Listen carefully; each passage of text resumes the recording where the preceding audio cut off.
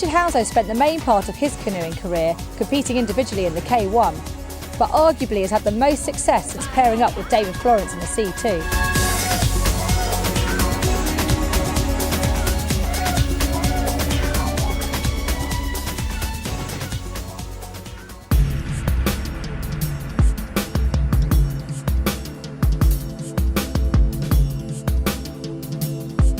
I was born in Harrow in London.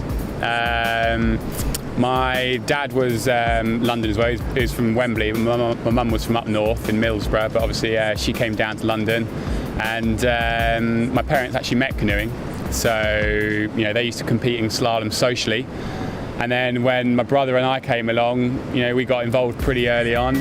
Things obviously got quite competitive at quite a young age, on the under 12 England team and things like that. And football soon got thrown out the window. And I've never looked back, to be honest. And I've been involved with the British teams all the way through sort of junior 16, junior 18, under 23, and now senior. And it's a great lifestyle.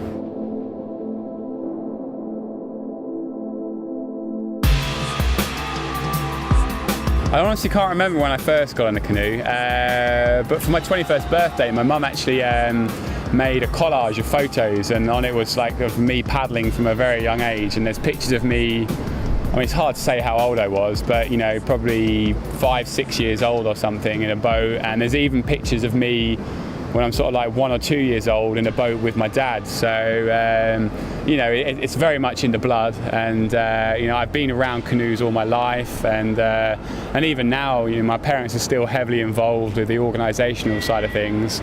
So it's a bit of a family affair.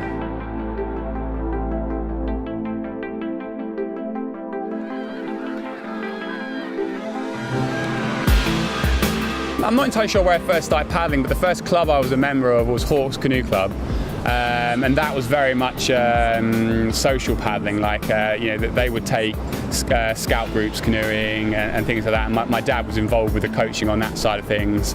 But then the first slalom club that I was a member of was Hemel Hempstead Canoe Club. It was the closest canoe club to us that actually had a group of slalom athletes that were training and trying to, they actually had some British team members in it, and they were all trying to get as good as they could at canoe slalom. So I mean, it was a bit of a trek from my house, but I became a member of that. Once a week I'd train with them on the flat water, and then I'd also train in a place called Harefield, which at the time was known as the Fisheries. Was just on a canal, a little outlet on the canal, a few gates, and and so I had that. And it wasn't really until I went to university in Nottingham that I actually had a world-class venue to train on. So I didn't really, you could say that I didn't really start training properly until I was about 18. At which point it was quite a jump up for me. I trained twice a day, 6 days a week. And at that point, I started making real big gains.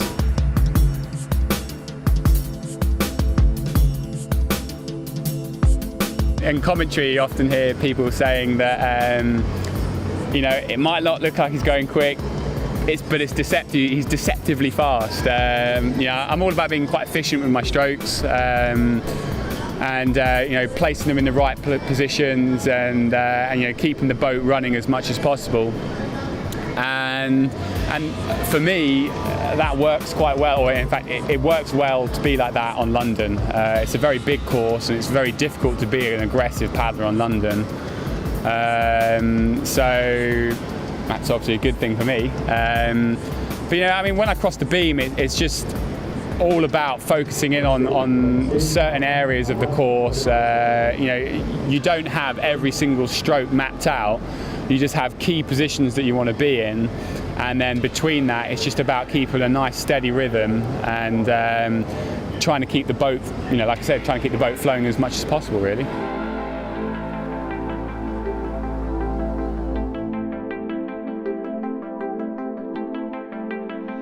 training can quite often, it takes a lot out of you. You can be really tired.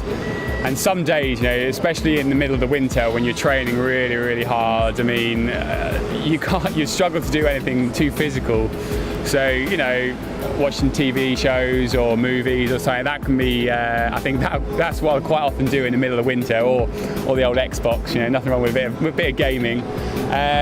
But mostly, if I can, and I'm feeling, up for it, I like to do stuff that's quite physical as well. So, I mean, take for example, when we went to Australia, we'd train twice a day canoeing, and then often we'd play tennis in between sessions, and then we'd go out for a quick 9 holes of golf as well. So I've just recently bought a new mountain bike, and where I live in Essex, in Loughton, it's right by Epping Forest. I mean, it's certainly no sort of big downhill track or anything, but it's really nice just to go out and do a sort of, bit of a scoot around the forest, which is good fun. And also a bit of a session as well.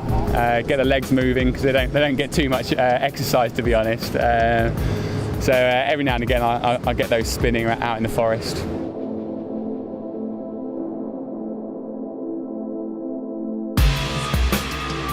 After my canoeing, when I thought about what I want to do, and like I said, I nearly went into doing law, but I can't really see how that would be anywhere close to the sort of the thrill and the excitement of what I do with my competition at the moment.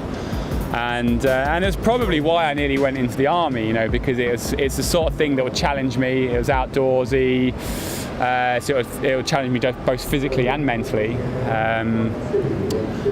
But I don't know, it's difficult to do it, and like I say, I'm going mountain biking, that's quite good. It's something different, it's a bit of it, it's on the edge a little bit. I like to do a bit of wakeboarding as well, and again, that's something that's different.